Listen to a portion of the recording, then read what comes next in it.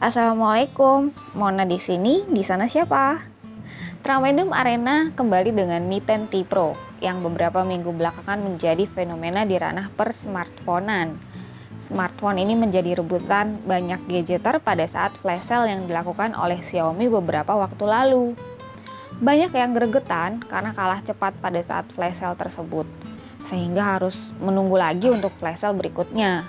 Bahkan ada yang melipir ke merek sebelah karena terlanjur kesal dan putus asa. Hal ini menimbulkan pertanyaan, apakah benar Mi 10T Pro ini begitu worth it? Sehingga menjadi incaran begitu banyak orang, atau kita-kita ini termakan gimmick semata? Yuklah kita obrolin. Mi 10T Pro adalah sebuah smartphone yang balance. Tidak hanya unggul di aspek-aspek tertentu saja, melainkan hampir merata di semua aspek. Baik itu di sektor layar, kamera, build quality, dan yang paling penting pada sektor dapur pacu. Mari kita kuliti masing-masing sektor. Mi 10T Pro memiliki layar seluas 6,67 inch dengan panel IPS LCD yang memiliki color gamut yang lebar dan support DCI P3 yang dikembangkan untuk menggantikan sRGB karena mempunyai cakupan warna yang lebih luas. Cocok digunakan pada smartphone, kamera, dan monitor. Layar ini memiliki resolusi 2400 x 1080 pixel atau Full HD+, dengan aspek rasio 20:9 dan kepadatan di 395 ppi. Panel ini juga sudah mendukung HDR10, jadi kalian sudah bisa menikmati konten-konten HDR. Layar Mi 10T Pro juga sudah dilapisi dengan Corning Gorilla Glass 5. Selain itu, panel ini didukung oleh refresh rate 144 Hz. Jika kalian ingin merubah refresh rate-nya, opsinya bisa kalian temukan di setting, display, kemudian refresh rate. Silahkan pilih antara 60, 90, atau 144 Hz. Temukan sendiri settingan yang menurut kalian paling nyaman. Sebagai saran, biarkan refresh rate-nya di 144 Hz. Karena panel ini memiliki fitur Adaptive Sync, jadi kalian tidak perlu khawatir karena refresh rate-nya akan menyesuaikan sendiri sesuai dengan kebutuhan. Fitur lain yang sangat menarik adalah MEMC, yaitu sebuah teknik yang dilakukan untuk meningkatkan frame rate pada konten dengan frame rate rendah. Seperti film dengan 30 fps, bisa dijadikan 60 fps dengan teknik kompensasi ini. Bagi yang tahu SPV Pro di PC, maka kalian tidak akan aneh dengan MEMC ini. Gak usah protes dulu ya mengenai layarnya yang masih IPS dan bukan AMOLED. Xiaomi mengklaim bahwa ini adalah panel IPS yang bagus. Bisa dibilang top tiernya IPS lah. Pilihan ini menurut Xiaomi lebih baik daripada mid tiernya AMOLED. Dan ini terbukti, layar IPS pada Mi 10T Pro yang kami gunakan ini sangat memanjakan mata. Di dalam layar ini terdapat sebuah selfie kamera bergaya punch hole di bagian kiri atas. Memiliki resolusi 20 megapiksel. Kameranya bisa merekam video hingga resolusi 1080p 30 fps. Sayang memang, dengan spek ini harusnya kamera depannya sudah bisa merekam 4K 30 fps atau 1080p 60 fps. Mudah-mudahan saja Xiaomi bisa memberikan opsi tersebut melalui software update mendatang. Di bagian atas terdapat earpiece yang juga berfungsi sebagai second speaker. Di sebelahnya terdapat LED notifikasi. Pada bagian kanan ada volume rocker dan tombol on-off yang sekaligus tempat bersemayamnya fingerprint scanner. Selain itu juga sudah tersedia face unlock ya. Beranjak ke bagian kiri, di sini hanya terdapat 3 buah garis antena. Yap, hal ini dikarenakan rangka Mi 10T Pro yang terbuat dari metal, sehingga dibutuhkan garis-garis antena ini untuk menangkap sinyal. Mungkin karena si sinyal ini bukan anak metal kali ya, makanya mesti dibuatkan garis-garis ini agar smartphone bisa menangkap sinyal.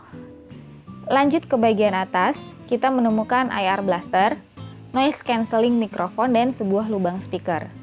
Yoi, speaker pada Mi 10T Pro ini sudah stereo loh. Jadi, pengalaman bermain game dan konsumsi audio visual akan semakin imersif. Berikut contoh suara speakernya.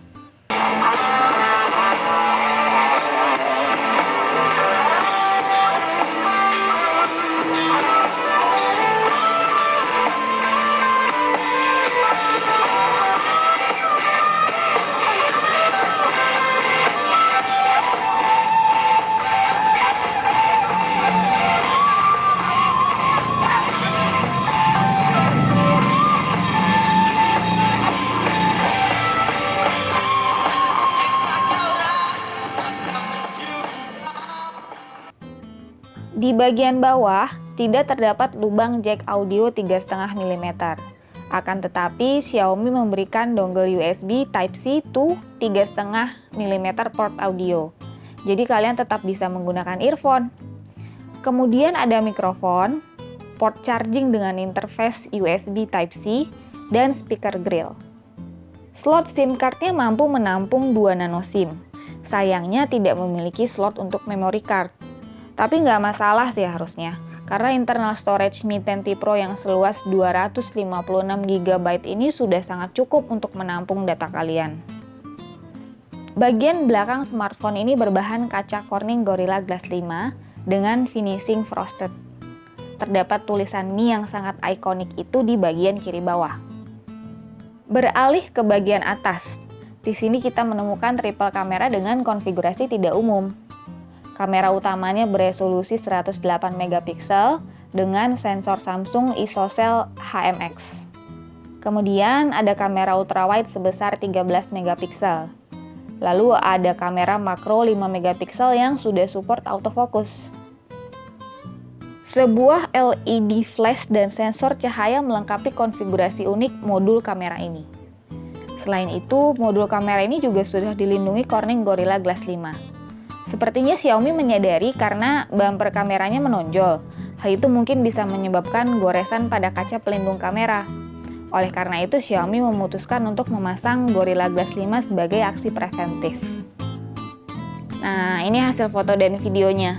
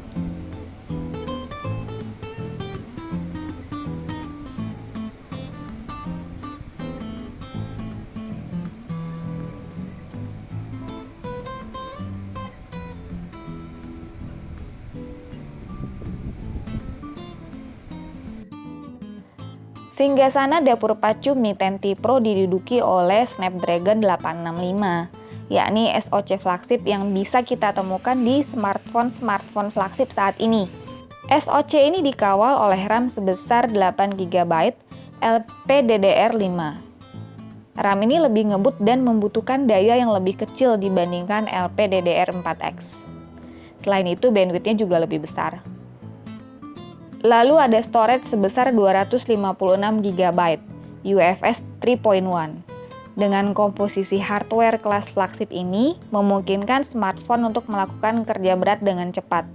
Konfigurasi dapur pacu seperti inilah yang akhirnya membuat smartphone ini mampu merekam video sampai dengan resolusi 8K 30 fps.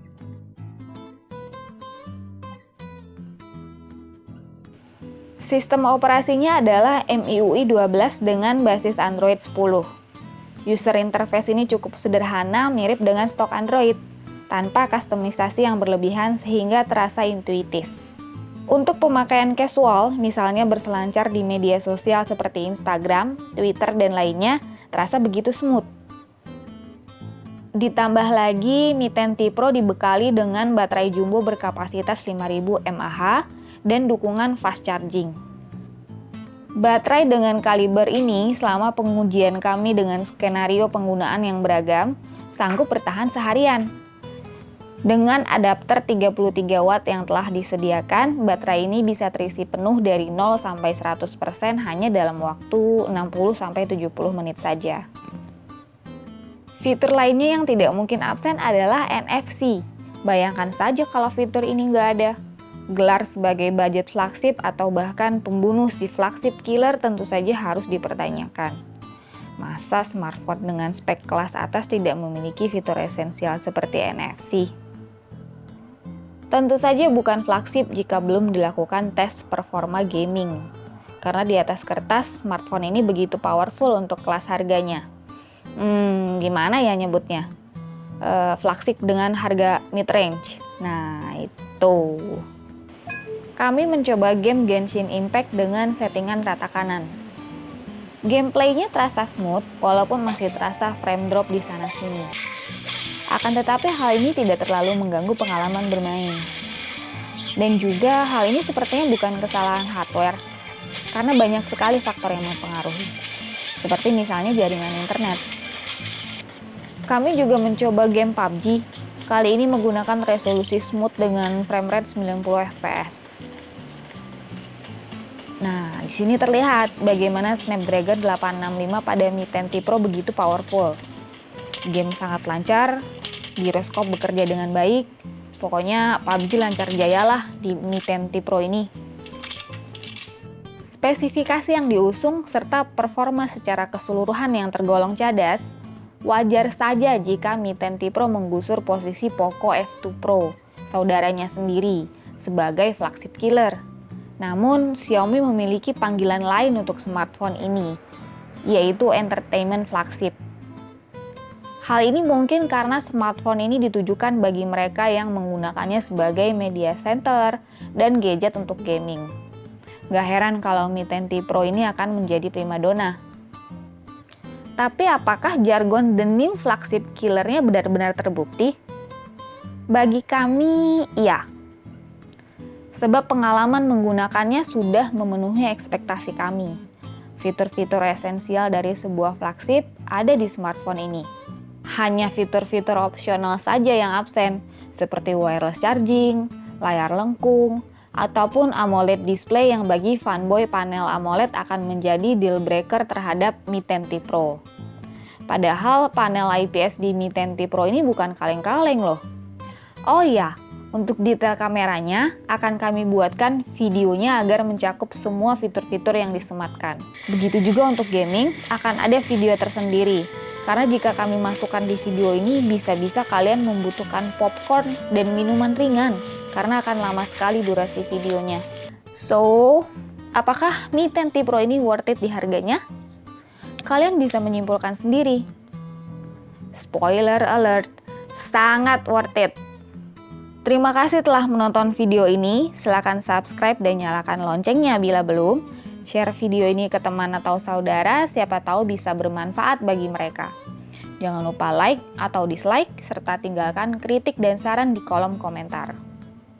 Tirulah Mi 10T Pro, mampu memberikan lebih tanpa menuntut banyak duit untuk meminangnya. Jadi berbuat baiklah tanpa memikirkan imbalan, karena dengan begitu mudah-mudahan kebaikan akan merajalela sehingga memberikan kebahagiaan kepada banyak orang. Cing dan Mona pamit, Tramendom Arena sign out.